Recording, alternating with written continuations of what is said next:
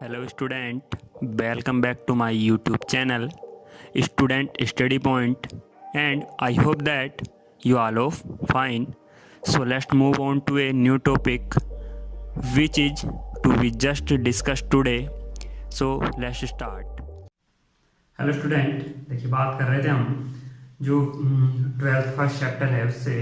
तो इससे पहले जो हमने वीडियो थी उसमें बात की physical significance of electric dipole. तो उसके आगे बात करते हैं कि देखिए electric dipole in uniform electric field, यानी एक समान विद्युत क्षेत्र में विद्युत द्विध्रुव, ठीक है, उसके बारे में हम बात करने वाले हैं। तो वैद्युत द्विध्रुव के बारे में देखिए मैं बहुत ज़्यादा तुम्हें पहले से बता चुका हूँ। तो एक नॉर्मल से अब मैं बात करने वाला हूँ कि देखिए ये एक समान वैद्युत क्षेत्र है, ठीक है। तो यहाँ हमें क्या रखना है, एक डाइपोल रखना है, ठीक है। क्या रखना है? डाइपोल। तो इसकी इलेक्ट्रिक फील्ड की अगर मैं डायरेक्शन की बात करूँ तो इलेक्ट्रिक फील्ड की जो डायरेक्शन है वो ये, आप इस पे शो भी कर सकते हैं इस तरीके से, ठीक है। कि ये इलेक्ट्रिक फील्ड की क्या होगी, दिशा होगी, ठीक है। अब इसमें क्या है कि एक मैंने क्या रख लिया, एक डाइपोल रख लिया। तो डाइपोल रखने का मतलब ये है ये। तो देखिए डाइपोल, अब आप इसको इसके लंबवत इस तरह से भी रख सकते थे और ये इस तरह से भी रखा हो। तो ये जो है एक आप नॉर्मल ये मान के चलिए कि हम स्टैंडर्ड फॉर्मूला इन व्यापक फॉर्मूला इसका निकालेंगे। तो यहाँ अगर सपोज दैट और यहाँ ये क्या हो, आपके पास ऐसे मान के चलिए ए और बी सिरा हो डाइपोल का, और यहाँ रखा हो -q और यहाँ रखा हो +q चार्ज, ठीक है, ठीक। और ये डिस्टेंस कितनी है, 2l, इसके बारे में आप जानते हैं, ठीक है। तो अब एक क्या क्या हो गया हमारे पास, एक समान वैद्युत क्षेत्र हो गया, एक डाइपोल हो गया। एक समान वैद्युत क्षेत्र को हमने कैसे बताया था रिप्रेजेंट करने को, कि जो लाइनें होंगी वो समांतर और समदूरस्थ खींची जाती हैं, किसके लिए, एक समान वैद्युत क्षेत्र को रिप्रेजेंट करने के लिए, यानी प्रदर्शित करने के लिए, ठीक है। अब देखिए क्या होता है कि जब ये पॉजिटिव चार्ज है तो इस पर बल कहाँ लगेगा, आपको एक फॉर्मूला पता था, F = QE वेक्टर के रूप में अगर इसको लिखें तो, ठीक है। तो इसका मतलब है कि विद्युत क्षेत्र की दिशा में बल लग रहा होगा, तो यहाँ जो बल लग रहा होगा वो ये होगा, इसको मैं बोल सकता हूँ F1, ठीक है। और जब हम निगेटिव चार्ज की बात कर रहे थे तो इस पर लग रहा था वैद्युत क्षेत्र की विपरीत दिशा में, तो यहाँ लगेगा ये इस दिशा में, यानी विद्युत क्षेत्र की विपरीत दिशा में लग जाएगा। इसको मैं कह सकता हूँ F2, ठीक है। अब आप ध्यान करिए कि अब इनका अगर रिजल्टेंट निकाला जाए, क्या निकाला जाए, रिजल्टेंट निकाला जाए, तो दोनों का जो सम आएगा निकल के वो कितना आएगा, अगर आप निकालेंगे तो एक तो +q वाले चार्ज पे तो आ जाएगा कितना है, F या चलिए जो F1 निकालेंगे वो आएगा QE, ठीक है। और F2 जो निकालेंगे वो कितना आ जाएगा, -q। आप रिजल्टेंट निकालेंगे तो दोनों को जोड़ के कितना आ जाएगा, ये, ठीक है। अब देखिए ये एक फोर्स है। अब फोर्स क्या कराता है, अगर मैं इस पर बल लगाता हूँ तो ये क्या करता है, इसको मोशन प्रदान करता है। क्या प्रदान करता है, मोशन। लेकिन मोशन कई तरह के होते हैं, ठीक है। तो आप ये याद करिए F = 0 आपने कहाँ पढ़ा था, कौन से ऐसा आपने फर्स्ट ईयर का ऐसा कौन सा चैप्टर पढ़ा जिसमें F = 0 था और आपने कोई नियम सिद्ध किया हो। तो ध्यान कीजिए गति का पहला नियम इसी चीज पर डिपेंडेंट है। तो कहने का मतलब क्या है कि यदि किसी वस्तु पर लगने वाला बल 0 हो तो वो क्या होता है, जो स्थानांतरण आप कह सकते हैं कि यांत्रिकी सामने होता है, या आप ये कह सकते हैं कि स्थानांतरित जो गति है या जो मोशन है उसका उस संतुलन में होता है, ठीक है। क्या होता है, स्थानांतरित संतुलन में होता है। आप यहाँ ये मान के चलिए ये F = 0 होने का मतलब है इसमें कोई स्थानांतरित गति नहीं है, यानी स्थानांतरित संतुलन की अवस्था में होगा डाइपोल। क्यों? क्योंकि इसके दो एंड हैं, यानी दो पोल हैं, दोनों पोल पर जो लगने वाला बल है या इस पर जो ट्रांसवर्सल मोशन के लिए जो फोर्स एक्टिव है उसका जो रिजल्टेंट है वो कितना है, 0 है। तो इसलिए क्या करेगा, ट्रांसवर्सल मोशन नहीं करेगा, यानी स्थानांतरित गति नहीं करेगा। ठीक है, तो एक चीज क्लियर हुई क्या, कि हमारे पास अगर यूनिफॉर्म मोशन में कोई इलेक्ट्रिक डाइपोल रखा हो तो उस पर लगने वाला परिणामी बल क्या होता है, 0 होता है, और उस 0 होने से क्या होता है कि उस पर या वो स्थानांतरित गति नहीं करता।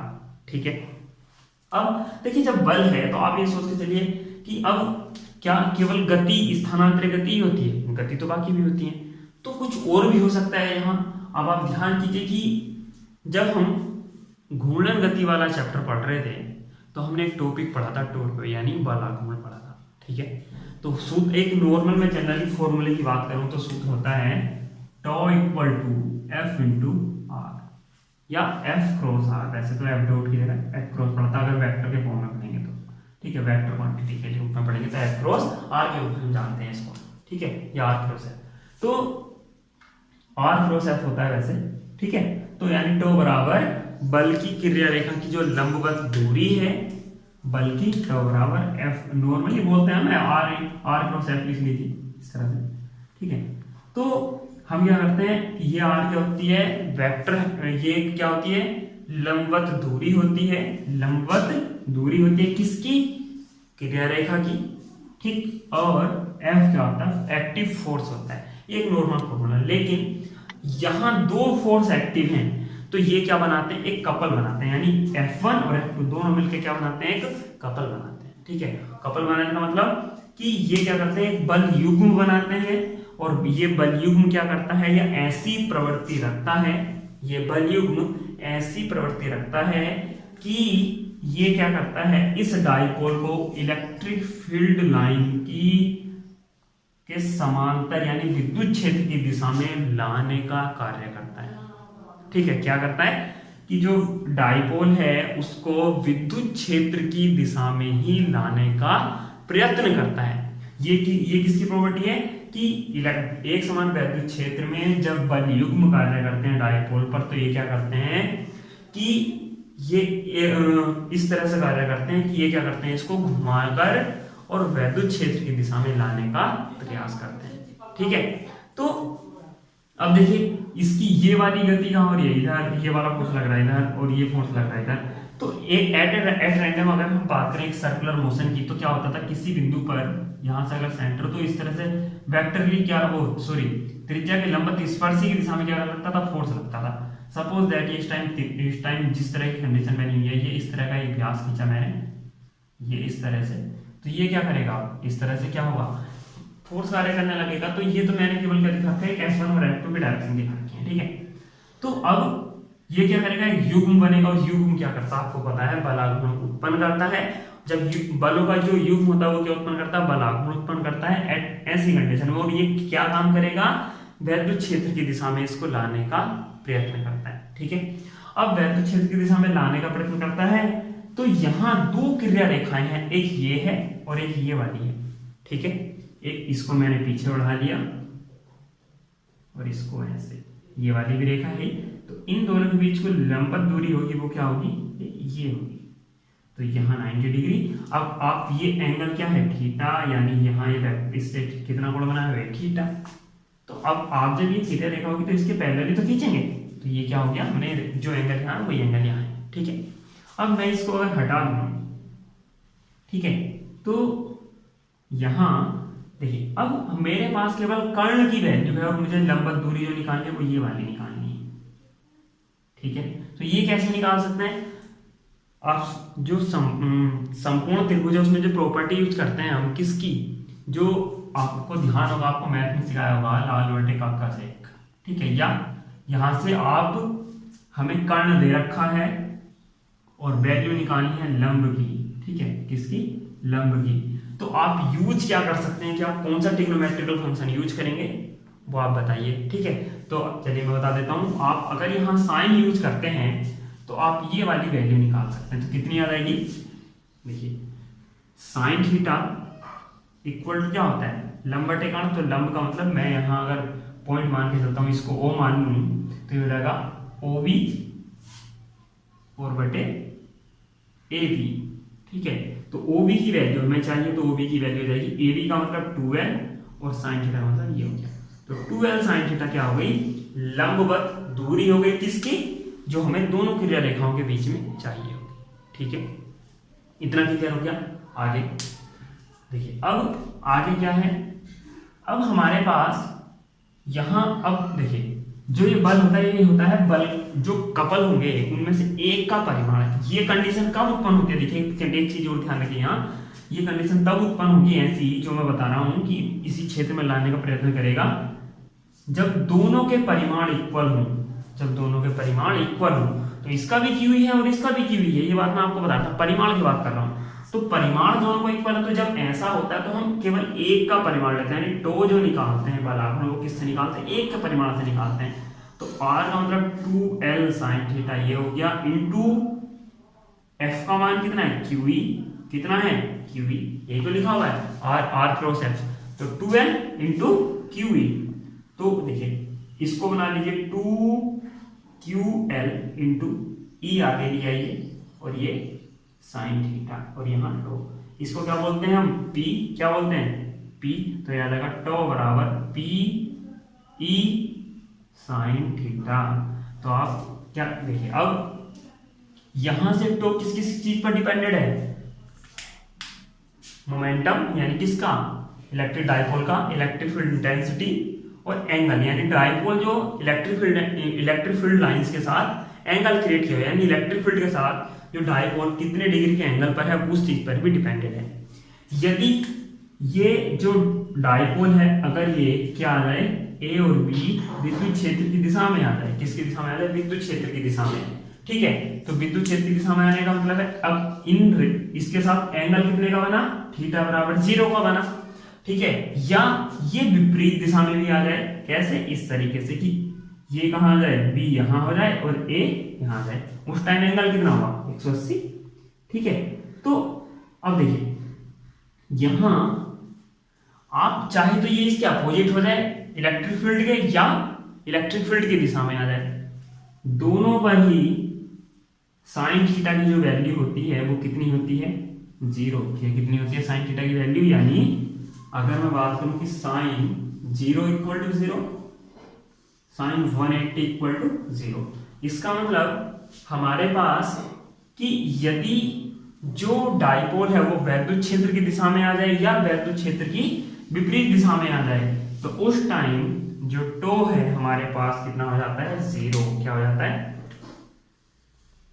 टो बराबर कितना आ जाता है, 0। और इसको आप जानते हैं, ये आप उसी चैप्टर की एक इसी तरह की कंडीशन की किसमें हो गया, जो घूर्णन आप रोटेशन मोशन कहते हैं, जिसको हम रोटेशन मोशन कह के चलते हैं, ये रोटेशन मोशन की संतुलन अवस्था है।